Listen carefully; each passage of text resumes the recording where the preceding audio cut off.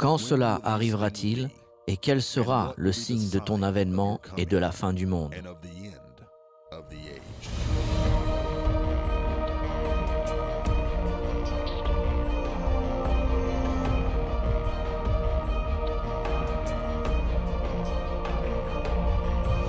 La leçon d'aujourd'hui s'intitule « Le nouvel ordre mondial, c'est le gouvernement mondial ». Nous entendons ce terme « nouvel ordre mondial » tout le temps, et plus fréquemment maintenant qu'auparavant. Mais qu'est-ce que le nouvel ordre mondial? Eh bien, le nouvel ordre mondial, c'est tout simplement le gouvernement mondial. Il ne s'agit pas de n'importe quel gouvernement mondial, c'est le gouvernement mondial de l'Antichrist. Et il est en formation actuellement. De plus, c'est le gouvernement mondial prophétisé dans la Bible, dans votre Bible. Et nous allons voir ensemble le passage qui nous parle de ce gouvernement mondial dans lequel nous entrons aujourd'hui.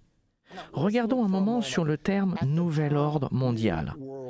Croyez-le ou pas, cela se trouve sur chaque dollar américain.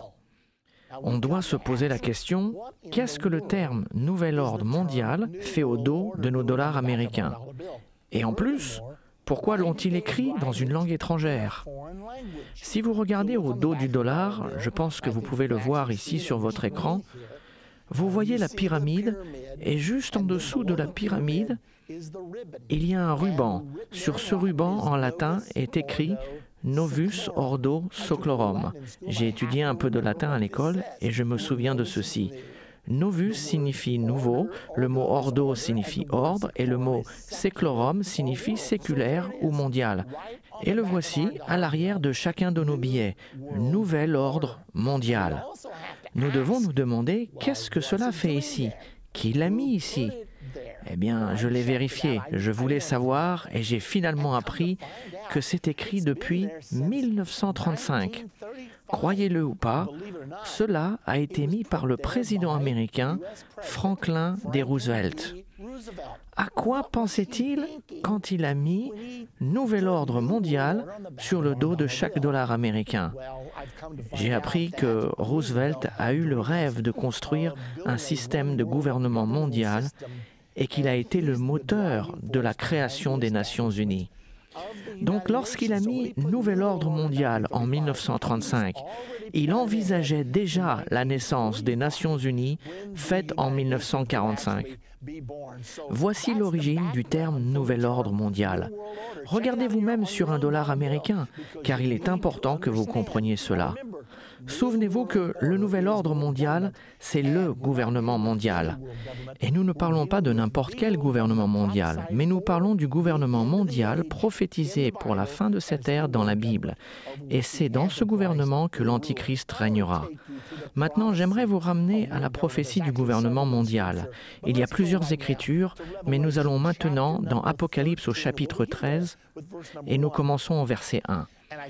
Puis je vis monter de la mer une bête qui avait 10 cornes et 7 têtes, et sur ses cornes 10 diadèmes, et sur ses têtes des noms de blasphème. La bête que je vis était semblable à un léopard, ses pieds étaient comme ceux d'un ours, et sa gueule comme la gueule d'un lion. Le dragon lui donna sa puissance, son trône, et une grande autorité. Maintenant, souvenez-vous, nous avons étudié ces dernières semaines au sujet de la découverte des États-Unis dans la Bible, dans Daniel au chapitre 7. Vous reconnaissez probablement certains de ces symboles utilisés dans Apocalypse 13, mais il y a ici une très grande différence. Remarquez que cette bête a le corps d'un léopard, les pieds d'un ours, la gueule d'un lion, les 10 cornes du royaume à 10 cornes, et cette bête a 7 têtes. Maintenant, n'oubliez pas de remarquer, pendant que nous sommes ici, que le dragon lui a donné sa puissance, son trône et une grande autorité. Alors qu'est-ce que tout cela signifie? Eh bien, remarquez que tous les symboles dans Daniel sont les mêmes symboles que dans l'Apocalypse. Mais dans Daniel, les bêtes sont 4 bêtes distinctes. Le livre de Daniel et le livre d'Apocalypse ont été écrits dans un intervalle de 650 années. C'est assez remarquable. Pensez à ce que vous faisiez il y a 650 ans en arrière et à quoi ressemblait le monde. c'est-à-dire vers l'an 550 avant Jésus-Christ. Le livre de Daniel a été écrit selon la vision que l'on trouve dans Daniel 7, où une des bêtes était un lion et avait des ailes d'aigle, la seconde était un ours, la troisième était un léopard avec 4 têtes, et la quatrième était une bête à 10 cornes. Cependant, nous avançons de 650 années jusqu'à l'an 95 ou 96 après Jésus-Christ, là où le livre de l'Apocalypse a été écrit. Et croyez-le ou pas, les mêmes symboles y sont utilisés. Et autant que je sache, c'est les 2 seuls endroits où cela est mentionné. Nous avons donc ces 650 années qui nous séparent. Comment se fait-il que les mêmes symboles soient utilisés dans Daniel 7 et dans Apocalypse 13 ? L'explication est très simple. C'est la même personne qui a écrit les 2 livres malgré les 650 années qui les séparent. Il a juste changé de secrétaire. La Bible ne nous enseigne-t-elle pas que les Écritures ont été écrites par des hommes sages inspirés du Saint-Esprit ? Ainsi, la parole de Dieu vient de Dieu, le Dieu Tout-Puissant. Dieu a écrit la Bible dans son entier, mais il a utilisé différents outils humains pour le réaliser. C'est pour cette raison qu'il a été capable d'utiliser les mêmes symboles dans Daniel 7 que ceux d'Apocalypse 13. Cependant, il les a un peu changés et a utilisé ces symboles d'une manière différente. Donc, les 4 bêtes dans Daniel 7, le lion avec ses ailes d'aigle, l'ours, le léopard et la bête à 10 cornes, deviennent tous une seule bête. Il y a 4 bêtes distinctes dans Daniel et il nous est dit que ces bêtes symbolisent des nations. Mais lorsque nous allons dans Apocalypse 13, nous ne voyons qu'une seule bête. Donc, que se passe-t-il ici? Il semblerait que toutes ces bêtes, et souvenez-vous que nous avons appris que dans les 2 dernières leçons qu'une bête représente un royaume ou une nation, si vous voulez vérifier ceci, retournez dans Daniel 7 au verset 23, où il est dit « La 4e bête, c'est un 4e royaume ou nation. » Nous savons que celles-ci sont des nations et nous avons déjà prouvé que ces nations existeront au moment de l'avènement de Jésus-Christ. Mais maintenant, nous voyons ces nations devenir une seule bête ou un royaume ou une nation. Nous avons donc ici l'image d'un système de gouvernement mondial. Je me souviendrai toujours quand j'ai commencé à voir ceci. Une fois que j'avais compris Daniel 7 et donc compris que le lion était la Grande-Bretagne, que l'ours était la Russie et que le léopard était l'Allemagne et que la bête à 10 cornes était le Saint-Empire romain rétabli, une fois que j'ai compris ces choses-là et que je suis allé dans Apocalypse 13, je me suis dit, que se passe-t-il ici? Il y avait quelque chose qui manquait. Où sont passées les ailes d'aigle? Maintenant, les ailes d'aigle ne sont plus là et les 4 ailes d'oiseau sur le dos du léopard ne sont plus là non plus. Qu'est-ce que cela signifie? Eh bien, je ne suis pas tout à fait certain. Ce que nous savons, c'est que l'aigle est le symbole des États-Unis d'Amérique. Cela signifie-t-il que les États-Unis d'Amérique ont été éliminés? Maintenant, dans Daniel 7 et Apocalypse 13, il y a une guerre, la 3e guerre mondiale qui va tuer un tiers de l'humanité. Les États-Unis vont certainement être impliqués dans cette guerre. Alors, la possibilité est là d'avoir été effacés de la carte. Ou peut-être déciderons-nous que, après s'être battus dans cette 3e guerre, nous sortirons peut-être vainqueurs tout en ayant perdu 25 ou 50 millions de soldats. La Bible ne nous dit pas combien nous en perdrons. Mais une fois que nous aurons passé par cette expérience, il y aura peut-être un cri dans les États-Unis qu'il est temps pour nous de nous occuper de nos propres affaires. Se pourra-t-il que les États-Unis s'isolent du monde? Nous n'en sommes pas sûrs. Il y a toujours la possibilité que nous soyons réintégrés sous le symbole du lion duquel nous venons. Nous allons approfondir ce sujet un peu plus tard, alors gardez cela dans un coin de votre esprit. Maintenant, les bêtes réunies dans Apocalypse 13 représentent le gouvernement de la fin des temps de l'Antichrist. Les Nations Unies sont la seule puissance sur Terre aujourd'hui, la seule structure qui soit spécialement conçue pour avoir un système de gouvernement mondial. Il y a une chose que vous devez savoir à ce sujet, car nous regardons tout cela se développer actuellement. Nous entendons des mots comme mondialisation, nouvel ordre mondial. Alors, est-ce une bonne chose ou est-ce une mauvaise chose? Qu'est-ce qui est vraiment derrière tout cela? Apocalypse 13, verset 2, nous dit que le dragon a donné à cette bête son trône, sa puissance et une grande autorité. Qui est le dragon? Retournons 5 ou 6 versets en arrière dans la Bible, chapitre 12, verset 9 nous le dit. Nous n'avons pas à le deviner. Il nous dit clairement que le dragon est l'ancien serpent, le diable et Satan. Donc c'est Satan qui donnera son trône, sa puissance et sa grande autorité à ce gouvernement mondial de la fin des temps. Alors comprenez bien ce message. Le gouvernement mondial en formation aujourd'hui, le processus de la mondialisation, le nouvel ordre mondial, tout cela vient du diable. C'est inspiré par Satan. Vous êtes déjà posé la question, comment tout cela coïncide-t-il? Il semblerait qu'ils ont une puissance sur les médias, sur les systèmes bancaires, sur les systèmes politiques dans le monde. On se demande qui est le cerveau qui coordonne tout cela? Eh bien, la réponse est juste là dans Apocalypse 13 au verset 2. Le dragon, le diable ou Satan a donné à la bête, cette bête du gouvernement mondial, son trône, sa puissance et sa grande autorité. La Bible nous dit au verset 3, « Et je vis l'une de ses têtes comme blessée à mort. » Souvenez-vous que cette bête a 7 têtes.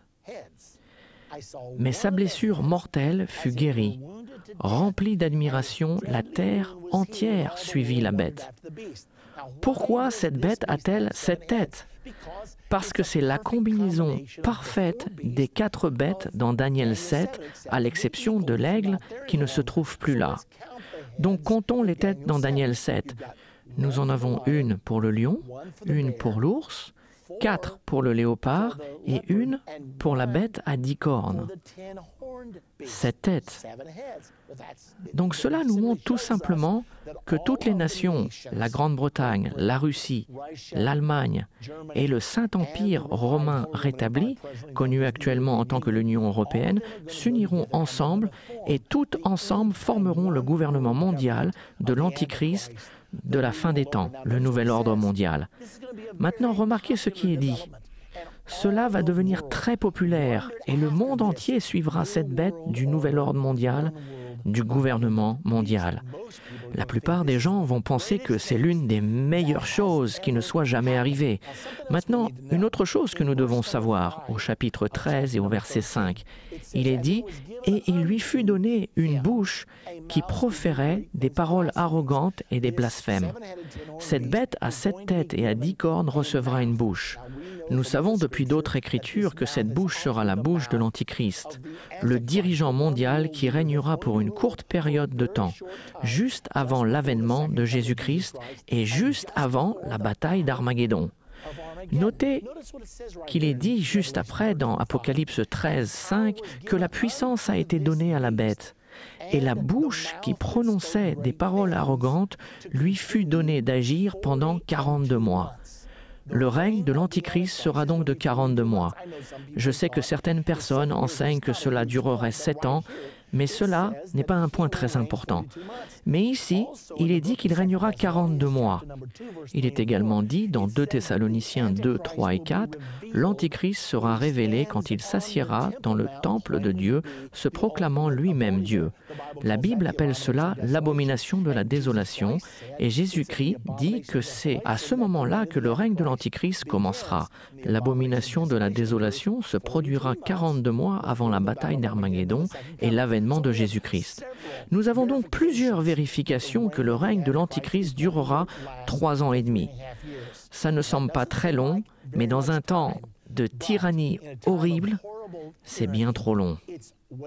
Alors son règne sera de courte durée, mais terrible. Voici ce que Jésus a réellement dit. Jésus a dit dans Matthieu 24, 21, « La détresse sera si grande qu'il n'y en aura point eu de pareil. Pensez à cela, pire que l'Holocauste d'Hitler, pire que les croisades du Moyen-Âge, une grande tribulation comme il n'en a jamais eu auparavant, et comme il n'y en aura jamais. » Il y a encore quelque chose que vous devez comprendre. Remarquez que cette bête, dont il est dit qu'elle a 7 têtes, et que sa bouche est comme la bouche d'un lion. Maintenant, qu'est-ce que cela veut dire? Eh bien, nous avons 7 têtes. Une est celle du lion, une est celle de l'ours, 4 sont celles du léopard et 1 est la bête à 10 cornes.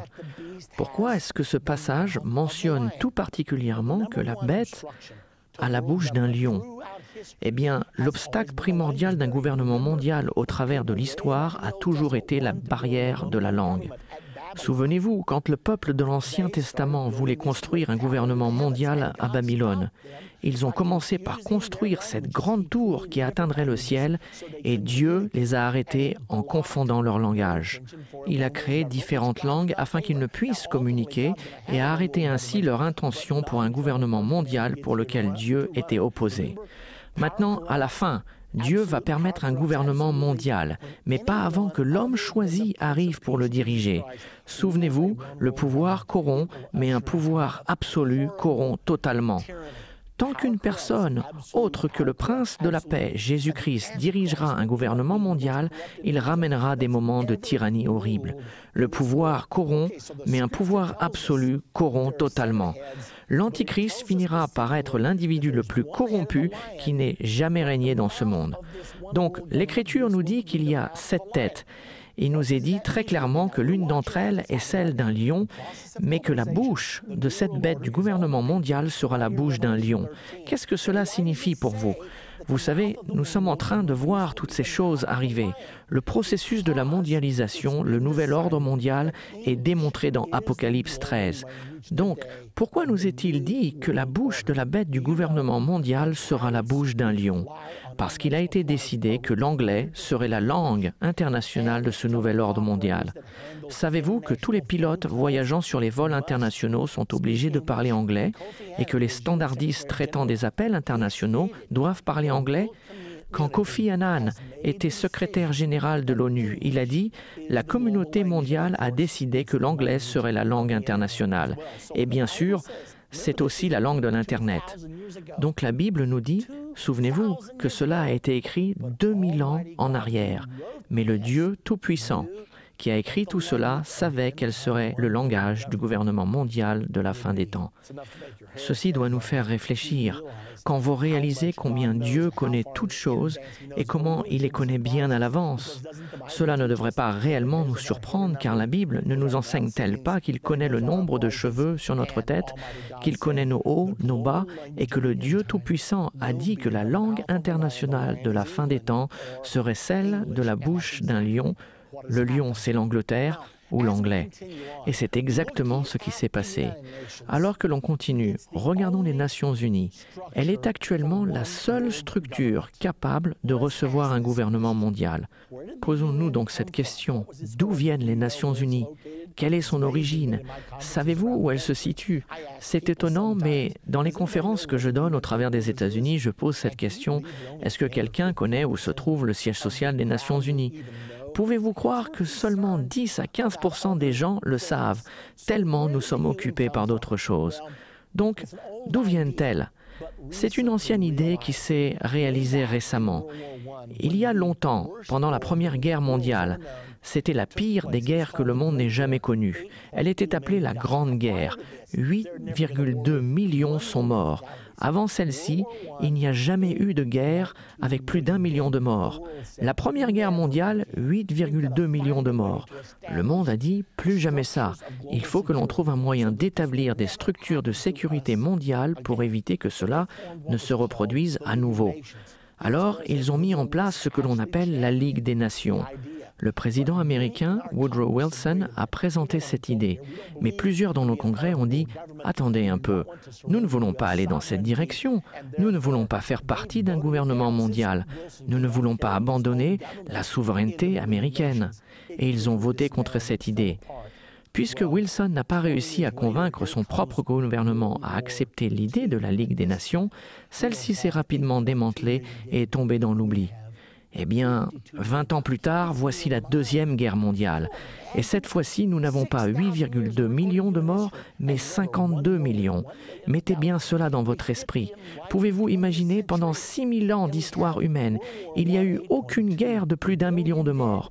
Et nous arrivons à l'ère de la découverte du XXe siècle, et nous avons la Première Guerre mondiale avec 8,2 millions de morts, et la Deuxième Guerre mondiale avec 52 millions de morts. À la fin de la Deuxième Guerre mondiale, le cri pour la sécurité mondiale résonnait plus fort que jamais. Et Franklin D. Roosevelt y croyait bien avant, car il avait déjà fait mettre en 1935 le terme « nouvel ordre mondial » à l'arrière de chaque dollar américain. Donc il était prêt, il était préparé pour cela. Souvenons-nous de ce qui s'est réellement passé après la Deuxième Guerre mondiale. L'Europe s'est unifiée. Adolf Hitler a déclenché ce conflit horrible sur l'Europe, sur Staline, Churchill et Roosevelt. Staline étant la tête de l'Union soviétique, Churchill la tête de la Grande-Bretagne et Franklin D. Roosevelt le président des États-Unis. Ils se sont réunis à Yalta. La guerre était sur le point de s'achever, divisant l'Europe. Mais à ce moment-là, Franklin D. Roosevelt était sur le point de mourir. Il est d'ailleurs mort 10 semaines plus tard. Par conséquent, il s'appuyait fortement sur ce jeune diplomate qui dirigeait la majeure partie des négociations pour Roosevelt. Il était à Roosevelt ce que Henry Kissinger est devenu pour le président Nixon. Il était le négociateur pour les États-Unis d'Amérique et il a perçu l'imagination de Staline, de Churchill et de Roosevelt qui l'ont convaincu d'écrire cette nouvelle charte, cette structure de gouvernement mondial appelée les Nations Unies. Réunissons toutes les nations du monde. C'est tout simplement ce qu'ils voulaient dire. Ils n'ont rien caché, ils ont transcrit exactement ce qu'ils ont dit. Ayons des Nations Unies, à la place d'avoir les États-Unis d'Amérique, créons les Nations Unies du monde. Donc, ils ont convaincu ce brillant jeune homme d'écrire une charte pour les Nations Unies. Ensuite, il est devenu secrétaire général à la conférence pour la création des Nations Unies en 1945. Mais il y a eu un grand problème. 3 ans plus tard, il a été condamné pour mensonge et espionnage pour l'URSS et a été emprisonné aux États-Unis. Maintenant, pouvez-vous imaginer? Il était le bras droit de Franklin D. Roosevelt. Il était celui qui réalisait les négociations pour diviser l'Europe. Et quand tout cela s'est passé, les gens se sont mis à murmurer aux États-Unis. Pourquoi l'URSS occupe-t-elle toute l'Europe de l'Est? Elle contrôlait l'Allemagne de l'Est, la Roumanie, la Yougoslavie et tous les pays de l'Est, la Pologne, la Tchécoslovaquie, et les gens murmuraient, jusqu'au point où tout le monde était tellement fatigué de se battre qu'ils ont dit « peu importe, ça sera comme ça sera ». Eh bien, ce n'est pas si étonnant que l'Union soviétique ait tant reçu à Yalta. Car si vous avez votre homme qui dirige les deux côtés de la négociation, il est évident que vous obtiendrez faveur. Voilà ce qui s'est réellement passé avec M. Alger Hiss. Si vous voulez en savoir davantage sur son sujet, il y a plusieurs livres écrits sur lui. Certains sont vrais et d'autres le sont un peu moins. Cependant, il a été en prison car il a été prouvé qu'il a menti au sujet des activités d'espionnage. Il n'est pas allé en prison pour espionnage car il y avait prescription, mais ils étaient si déterminés à le ramener en justice qu'ils l'ont mis en prison pour faux témoignage. Maintenant, quand M. Hiss a dessiné les Nations Unies, il les a dessinées pour être une union mondiale de républiques socialistes. Si vous ne le croyez pas, regardez plutôt ici. Nous avons l'emblème de l'Union soviétique. C'est un globe avec 2 gerbes de blé, un marteau et une faucille superposés sur le globe. L'emblème des Nations Unies est un globe avec 2 branches d'olivier qui ressemblent étrangement aux 2 gerbes de blé. Par contre, il n'y a ni marteau ni faucille. Cela aurait paru un peu trop évident en 1945. Il les a donc laissés pour plus tard. Cependant, bien qu'il ait dessiné la charte de l'ONU pour être un gouvernement mondial communiste, l'ONU n'a pas changé. Hiss est allé en prison, mais les Nations Unies ont continué à être la structure du système d'un gouvernement mondial. Quand nous allons entamer notre prochaine partie, nous parlerons au sujet de la blessure mortelle. Que s'est-il passé aux Nations Unies? Et que veut dire la Bible quand elle dit « Et je vis l'une de ces 7 têtes comme blessée à mort, mais sa blessure mortelle fut guérie. Remplie d'admiration, la terre entière suivit la bête. » Nous allons identifier laquelle de ces 7 têtes. Maintenant, souvenez-vous qu'il ne nous est pas dit que l'Antichrist a été tué, ni qu'il a reçu une blessure mortelle. Il est dit qu'une des 7 têtes de cette nouvelle bête du gouvernement mondial a été blessée à mort, et que sa blessure mortelle fut guérie. Nous allons donc découvrir laquelle des 7 têtes de cette bête du gouvernement mondial a été blessée. Vous allez être stupéfait quand vous découvrirez comment la blessure a été guérie et que le résultat est le nouvel ordre mondial, ce gouvernement mondial qui a été prophétisé dans la Bible. Alors, ne ratez pas notre prochaine partie de comprendre la fin des temps. Il vous est nécessaire de comprendre cela car vous vivez ces choses en ce moment.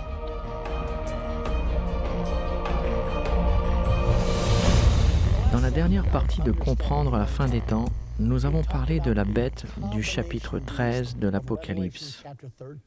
Cette bête avait le corps d'un léopard, les pattes d'un ours, la gueule d'un lion et les 10 cornes du royaume à 10 cornes. Le lion est la Grande-Bretagne, l'ours est la Russie, le léopard est l'Allemagne et les 10 cornes représentent la renaissance du Saint-Empire romain qui se forme actuellement en Europe. Ceci nous montre la formation du nouvel ordre mondial. Nous avons aussi parlé de la formation des Nations Unies, qui est le système du gouvernement mondial qui sera bientôt l'instrument utilisé pour diriger le monde. L'Antichrist dominera les Nations Unies et utilisera ces structures pour établir son gouvernement mondial qui a été prophétisé. Maintenant, réfléchissons à ce qui s'est passé. Après la création des Nations Unies en 1945, tout n'a pas fonctionné exactement comme prévu. Ce qui s'est produit, c'est que l'Union soviétique avait tellement reçu de l'Europe à la suite de Yalta et à la suite d'Alger-Is qu'il y eut beaucoup de tensions. De plus, la Russie a tenté de gagner par la paix ce qu'Adolf Hitler n'a pas réussi à gagner par la guerre. Et il semblerait pendant un moment que la Russie allait régner sur toute l'Europe et que le communisme allait dominer toute l'Europe. Afin d'éviter ceci, les États-Unis d'Amérique ont mené les puissances occidentales à joindre l'OTAN, l'organisation du traité de l'Atlantique Nord. C'était une alliance militaire pour contrer le pacte de Varsovie qui était le bloc communiste de l'Europe de l'Est. Eh bien, les Nations Unies sont devenues maintenant très inefficaces en raison de la guerre froide. Voici ce qui s'est réellement passé. Les États-Unis avaient reçu le droit de veto à la formation des Nations Unies. Les membres du Congrès n'avaient pas consenti à approuver une structure d'un gouvernement mondial à moins que les États-Unis aient le droit de veto absolu. Quand les États-Unis ont obtenu le droit de veto, la Grande-Bretagne, la France, la Chine, l'URSS ont voulu également leur droit de veto. Toutes les nations vainqueurs de la Deuxième Guerre mondiale ont reçu leur droit de veto. Elles ont formé ce que l'on appelle les 5 grands, les 5 membres permanents du Conseil de sécurité de l'ONU, et c'est là où se trouve le vrai pouvoir. Ainsi, elles peuvent utiliser leur veto sur presque tout ce que cette structure du gouvernement mondial déciderait de faire. C'est la raison pour laquelle ils ont réussi à avoir l'approbation du Congrès. Sans cette concession, ce ne serait pas arrivé. Remarquez ici dans Apocalypse 13 au verset 3. « Et je vis l'une de ces têtes comme blessée à mort. » Nous avons parlé des 7 têtes, une tête pour le lion, une tête pour l'ours, 4 pour le léopard et une pour la bête à 10 cornes. Cette écriture intéressante du verset 3, « Et je vis l'une de ces têtes comme blessée à mort, mais sa blessure mortelle fut guérie. Remplie d'admiration, la terre entière suivit la bête. » Souvenez-vous bien de ceci. Il n'est pas dit que la bête a été tuée. Il n'est pas dit que l'Antichrist a été tué et qu'il est ressuscité. Il est dit qu'une des 7 têtes a été blessée à mort. Il est impossible de savoir laquelle des têtes ou ce que cette blessure mortelle signifie vraiment sans savoir ce que représentent les têtes. Retournons en arrière et récapitulons. Rappelez-vous, toutes les têtes de Daniel 7 se sont retrouvées ici. Il y avait 7 têtes dans Daniel 7 et toutes ont été ramenées dans cette nouvelle bête, la bête du gouvernement mondial de l'Apocalypse 13. Nous avons donc une tête pour le lion, une pour l'ours, 4 pour le léopard et une pour la bête à 10 cornes. dont quelle tête a été blessée à mort? Après la Deuxième Guerre mondiale, les Alliés s'étaient réunis, la Russie, la Grande-Bretagne et Franklin D. Roosevelt. Et ils ont déclaré « Il y a un défaut fondamental au cœur de l'âme allemande. Ils n'arrêtent pas de nous plonger dans la guerre franco-allemande de 1870, la Première Guerre mondiale, la Deuxième Guerre mondiale. Nous devons faire quelque chose pour nous assurer que ceci ne se produise plus jamais. » Ainsi, ils ont décidé de couper l'Allemagne en deux. Ils ont créé l'Allemagne de l'Est et l'ont placée sous l'influence communiste et sous l'Union soviétique, et ils ont créé l'Allemagne de l'Ouest et l'ont placée sous l'influence des Alliés. En faisant ceci, ils ont réduit ces deux nations allemandes au point où elles n'avaient pas suffisamment de population ou de puissance financière pour menacer la paix mondiale. À ce moment-là, les gros titres ont déclaré « L'Allemagne est morte, elle ne se relèvera plus ». Ce n'est pas tout ce qui s'est passé, car quand la réalité du communisme s'est installée en Allemagne de l'Est et en Europe de l'Est, beaucoup de gens de l'Europe de l'Est ont dit « Nous voulons nous éloigner de la tyrannie communiste ». Et ils ont commencé à fuir vers l'Allemagne de l'Ouest et l'Europe occidentale. C'est là que l'Union soviétique a décidé de construire le 14 août 1961 le mur de Berlin, ce mur de 46 km de long divisant Berlin-Est de Berlin-Ouest. Ils ont aussi mis en place le rideau de fer et des postes de guet à travers l'Europe, séparant l'Europe de l'Est de l'Europe de l'Ouest. Ils n'ont pas seulement divisé l'Europe, mais plus particulièrement l'Allemagne. Ainsi, l'Allemagne a été coupée en deux. À ce moment particulier, il y avait beaucoup de choses intéressantes dites à ce sujet. La guerre froide faisait rage et je regardais cette nouvelle bête. Je n'oublierai jamais en 1968, alors que j'assurais des réunions à Hobart, Indiana, pendant un ensemble de réunions de réveil, je suis allé à la librairie. Il n'y avait pas d'Internet à ce moment-là, donc il fallait acheter des livres, des magazines, des journaux pour se tenir au courant. J'étais en train d'étudier le chapitre 13 de l'Apocalypse, les versets 1 et 2, qui montraient la Grande-Bretagne, la Russie, l'Allemagne et toutes les nations de l'Europe réunies, et je me suis dit, cela n'est pas possible. Nous allions nous coucher chaque soir craignant qu'ils appuient sur les boutons et fassent sauter le monde. La Grande-Bretagne et la Russie étaient des ennemis farouches. C'était l'Est contre l'Ouest. C'était le sommet de la guerre froide. Je l'ai vu dans la Bible et je me suis dit, Seigneur, on dirait que toutes ces puissances vont se joindre à ce gouvernement mondial de la fin des temps. Mais en 1968, cela paraissait absolument impossible.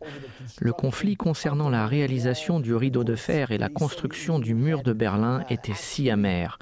Et bien sûr, l'Union soviétique avait mis en quarantaine et boycotté Berlin et nous devions approvisionner Berlin par avion, le fameux pont aérien de Berlin.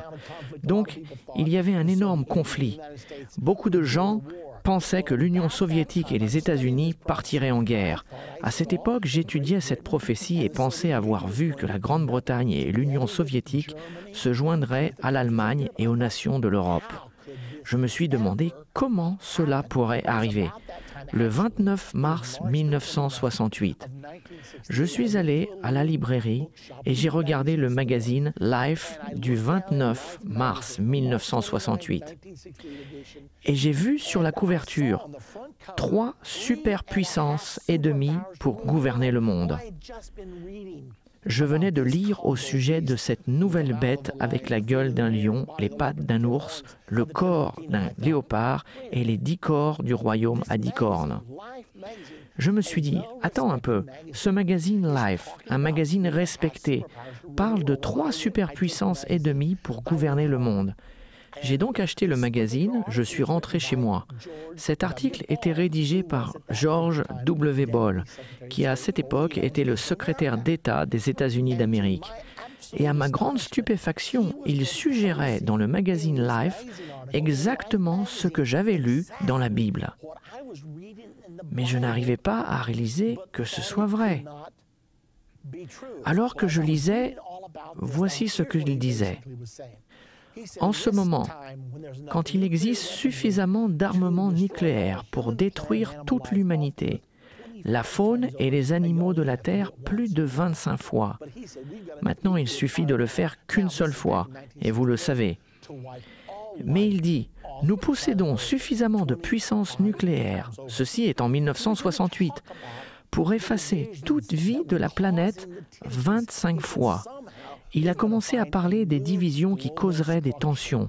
Il a dit, d'une certaine façon, nous devons trouver une nouvelle structure mondiale qui nous débarrassera des terribles conflits qui menacent d'anéantir l'humanité. Il a donc proposé dans cet article que 3 superpuissances et demie gouverneraient le monde. Et ces 3 puissances étaient les États-Unis, l'Union soviétique, l'Union européenne et la demi-puissance était le Japon. Il a dit, si ces 4 puissances s'unissent, elles pourront assurer que les frontières restent en place. Nous ne tolérerons pas qu'une frontière soit encore déplacée et nous ne laisserons pas de petites puissances de 3e classe entraîner les 2 superpuissances nucléaires dans un conflit qui menacerait de détruire le monde. Alors que je lisais cet article, je me suis dit que ceci était pratiquement ce que j'avais vu dans la prophétie de la Bible, mais que cela ne pouvait pas être vrai. Il avait une section spéciale sur l'Allemagne et il a parlé de la division de l'Europe, le rideau de fer et plus particulièrement de la division de l'Allemagne et du mur de Berlin. Et à la page 89, il a dit la blessure, là où la division s'infecte comme une blessure faite par un couteau rouillé, celle-ci doit guérir un jour. J'ai pensé à cette écriture, l'une des têtes, la tête et le 3e Reich. Nous avons le 1er Reich, le 2e Reich et le 3e Reich, et maintenant le 4e Reich qui est en train de s'élever. Nous savons qu'une bête dans les prophéties bibliques représente une nation ou un royaume. Plusieurs têtes sur une bête représentent le nombre de fois que le royaume s'élèvera et tombera. Et j'ai pensé que si la 3e tête était celle qui avait été divisée quand le 3e Reich d'Hitler fut coupé en 2, quand la blessure mortelle sera guérie, cela causera au monde entier d'admirer la bête du gouvernement mondial. Et c'est alors que j'ai réalisé que le mur de Berlin allait jouer un rôle très important et que le mur de Berlin devait tomber. J'ai commencé à enseigner cela en 1968, que le mur de Berlin tomberait. Et que quand cela arriverait, ce serait le commencement du nouvel ordre mondial. J'ai publié mon premier livre, Un message pour le président, et j'ai écrit tout ce que je vous dis maintenant dans ce premier livre. J'ai déclaré que le mur de Berlin tomberait, c'était en 1986. Personne ne pensait que le mur de Berlin allait tomber. Mais 3 années plus tard, le 9 novembre 1989, il est effectivement tombé. Comment est-ce que j'ai su tout ceci? Grâce aux prophéties de la Bible. Maintenant, laissez-moi vous montrer d'autres citations. Le 14 août 1986, dans le journal USA Today, il a été déclaré dans cet article. C'était la commémoration du 25e anniversaire de la construction du mur de Berlin. Et le titre était « Mur de Berlin. L'Ouest est sombre, l'Est est en fête. » Mercredi, le 25e anniversaire du mur de Berlin a célébré son rôle unique, symbolisant les différences Est-Ouest, les briques et le mortier de la propagande des 46 km qui ne guériront jamais. Je l'ai lu et je me suis dit, on dirait qu'il s'agit des 3 superpuissances et demie pour gouverner le monde. La blessure mortelle qui ne guérit pas, la blessure du couteau rouillé qui ne guérit pas, et les voici se référant à la division de l'Allemagne et du mur de Berlin une fois de plus, et répétant que c'est une blessure. Et la Bible indique qu'une des têtes était blessée à mort. Souvenez-vous de l'article du magazine Life du 29 mars 1968, c'est exactement ce qu'ils avaient dit. Chaque côté peut se permettre de donner suffisamment de liberté à l'autre, à l'extérieur de l'Europe, là où la division qui s'infecte comme une blessure de couteau rouillé doit un jour guérir. Puis, le Dayton Daily News a dit le 20 avril 1989, « Nous sommes maintenant très proches de la chute du mur de Berlin. » Mikhail Gorbatchev avait surgi sur la scène mondiale en 1985, il avait capturé l'imagination du monde, il parlait de la liberté pour tous, nous ne savions pas s'il fallait le croire ou pas, et finalement l'article du Dayton Daily News a dit ceci, Gorbatchev doit maintenant faire tomber le mur. Mikhail Gorbatchev s'est mis le dos au mur. S'il est sérieux, il doit démolir le mur de Berlin. Ainsi donc, toute l'attention du monde était concentrée sur le mur de Berlin. Je ne peux pas vous décrire ce que cela signifiait pour moi. Le 9 novembre 1989, à cette époque, mon livre était partout dans l'Amérique et dans le monde, déclarant que le mur de Berlin allait tomber et que les deux Allemagnes seraient réunifiées. Et je n'étais même pas anxieux car je savais que c'était dans la Bible.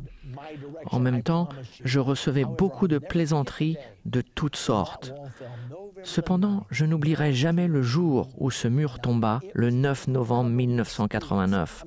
L'expérience fut incroyable. Les gens dansaient sur le mur, ils avaient cassé des morceaux du mur. Les gens sous l'esclavage de l'Europe de l'Est communiste traversaient la frontière en masse. Ceux de l'Allemagne de l'Ouest les avaient accueillis et leur avaient donné à chacun $600 à dépenser. Ils faisaient la fête, ils klaxonnaient. Ce fut un moment incroyable. Le magazine Time a sorti un article dans son édition du 20 novembre 1989 qui portait le titre « Mur de la honte, 1961-1989 ». Ce fut l'évidence la plus palpable d'une profonde blessure dans la civilisation européenne qui est finalement partie. Il y a 2000 ans, dans la prophétie de l'Apocalypse 13, la Bible appelle la division de la troisième tête du léopard la blessure qui ne guérit pas. C'est une blessure mortelle, mais la blessure mortelle fut guérie. Maintenant, que s'est-il passé quand la blessure mortelle fut guérie? J'avais souligné dans mon livre que lorsque la blessure mortelle serait guérie, quand le mur de Berlin tomberait, que cela donnerait naissance au nouvel ordre mondial. Je n'avais pas pensé que cela arriverait si vite. Néanmoins, 20 jours après la chute du mur de Berlin, Mikhail Gorbatchev, George Herbert Walker Bush et le pape Jean-Paul II se sont rencontrés à Malte. À la fin des sommets, le 1er décembre 1989, ils annoncèrent la naissance du nouvel ordre mondial. Mon téléphone n'arrêtait pas de sonner. Comment le saviez-vous? Où le trouve-t-on dans la Bible? Que va-t-il se passer maintenant? Je devais juste leur dire que je le savais, car je l'avais vu dans ma Bible. Les prophéties ne sont-elles pas étonnantes? C'est étonnant ce que nous pouvons réellement voir quand nous réalisons ce que Dieu nous a donné de pouvoir comprendre. Monsieur Dick Cheney, qui a été très critiqué en raison de son rôle dans la présidence de George W. Bush, a fait une déclaration intéressante. Il avait été le secrétaire de la Défense sous la présidence George W. Bush père. George Herbert Walker Bush. Il était le secrétaire de la Défense à ce moment-là. Aujourd'hui, il est le vice-président. Mais en 1991, dans l'Indianapolis Star, du 29 septembre, écoutez ce qui a été dit. Monsieur Cheney expliquait pourquoi le traité de la réduction des armements fut signé. Il y avait une réduction massive d'armements et il l'expliquait dans l'Indianapolis Star. Il y a une bonne raison de prendre ces mesures maintenant. Le monde se trouve dans une nouvelle ère de promesses qui a commencé il y a 2 ans avec la chute du mur de Berlin. Il disait ceci en 1991 et il savait qu'une nouvelle ère de promesses avait commencé en 1989 avec la chute du mur de Berlin. C'était en fait la naissance du nouvel ordre mondial. Il faut que vous compreniez cela, car c'était publié par Merrill Lynch le 9 novembre 1999. Écoutez ce qu'il est dit. Le monde a 10 ans aujourd'hui. Bien évidemment, Merrill Lynch tentait de faire la publicité pour leurs services financiers, mais c'était surprenant ce qu'ils annonçaient. Ils disaient « Il est né quand le mur est tombé en 1989. Le monde venait de naître. Ce fut le début du nouveau monde, le nouvel ordre mondial. » Il n'est pas surprenant que la plus jeune économie, l'économie mondiale, cherche encore sa position. L'équilibre des pouvoirs qui stabilise les économies et qui vient seulement avec le temps. Beaucoup de marchés mondiaux se sont libérés tout récemment, gérés pour la première fois par les émotions des gens plutôt que par le point de l'État. De notre point de vue, ceci ne diminue pas la promesse faite il y a une dizaine d'années par la destruction d'un monde emmuraillé. La diffusion des marchés libres et la démocratie autour du monde permet à plus de gens de réaliser leurs aspirations. Et la technologie correctement exploitée et libéralement répartie a le pouvoir d'effacer non seulement les frontières géographiques, mais également celles de l'humanité. Et il nous semble que pour un monde qui n'a que 10 ans, il reste promettant. En attendant, personne n'a jamais dit que grandir était facile. Maintenant, vous allez voir un extrait de M. Strobe Talbot, qui a déclaré dans le magazine Time en 1992 un article intitulé « La naissance de la nation mondiale ». Il dit qu'au XXIe siècle, la souveraineté nationale telle que nous la connaissons cessera d'exister. Nous répondrons tous à une autorité mondiale. Maintenant, écoutez-le pendant son interview au Conseil des relations internationales. L'entité qui fournit 50% de tous les membres du Conseil, que l'administration soit républicaine ou démocrate. Écoutez ce qu'il dit sur ce gouvernement mondial. Permettez-moi également à exprimer ma reconnaissance, tout d'abord au Conseil. C'est merveilleux de me retrouver ici. J'aime cette institution. Elle représente une grande partie de mon éducation depuis des dizaines d'années. Vous écrivez qu'il y a toujours eu et qu'il y aura toujours une attention, parfois créative, parfois destructive, entre d'une part le concept d'une communauté internationale qui reconnaît l'interdépendance comme un fait et un gouvernement collectif en tant qu'une nécessité, et de l'autre côté l'attrait d'une communauté nationale qui se considère indépendante et souveraine. Comment ceux qui pensent comme vous et qui sont généralement affiliés au Parti démocrate, comment ces voix que nous associons plus au Parti démocrate parlent du gouvernement mondial sans tirer le signal d'alarme? Que les adeptes du gouvernement mondial et le Conseil des affaires étrangères ainsi que la Commission trilatérale vont venir pour leur confisquer leurs armes, leurs Bibles et néanmoins le transformer en un gouvernement mondial. Quel est le vocabulaire du gouvernement mondial qui est politiquement et culturellement le plus correct? Pourquoi le gouvernement mondial est-il presque une expression taboue pour ceux qui veulent éviter un empoisonnement politique dans les débats? J'ai fait des recherches sur Internet et ailleurs sur ce sujet.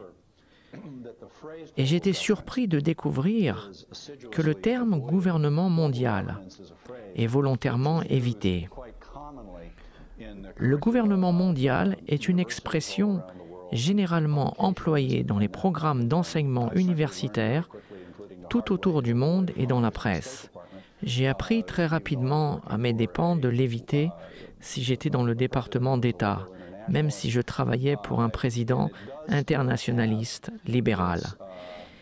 Il y a toujours cette association avec le bruit des hélicoptères noirs se préparant à atterrir dans nos cours d'école et ainsi de suite.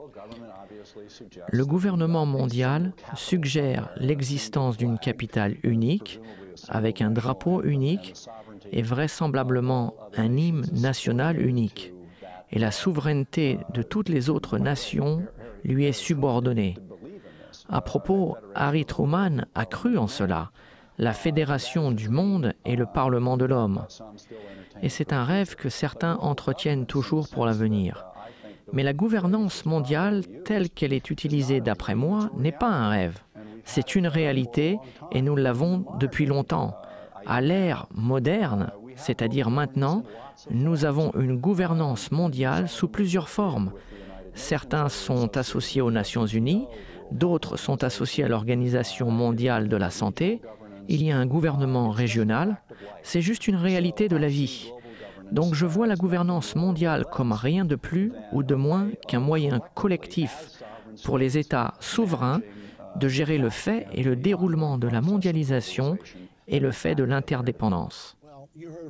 Bien, vous l'avez entendu de M. Strobe Talbot. Qui est-il? Il a travaillé à l'administration Clinton pendant 7 ans.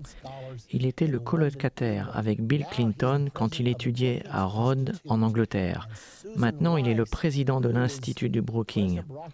Et Susan Rice, qui était la conseillère des Affaires étrangères du président Barack Obama, a travaillé sous la présidence de Strobe Talbot à l'Institut de Brookings. Cet homme qui croit au gouvernement mondial. Elle est maintenant considérée par le président Obama pour être notre ambassadrice aux Nations Unies. Nous observons le gouvernement mondial, la mondialisation, l'Organisation mondiale du commerce, la Banque mondiale, la Cour mondiale. Avec tous ces termes, nous observons le gouvernement mondial. C'est en ce moment, c'est dans votre Bible et vous le voyez se former en ce moment. N'êtes-vous pas content pour les prophéties de la Bible? Sans elles, nous ne serions pas conscients des événements prophétiques qui se passent dans le monde.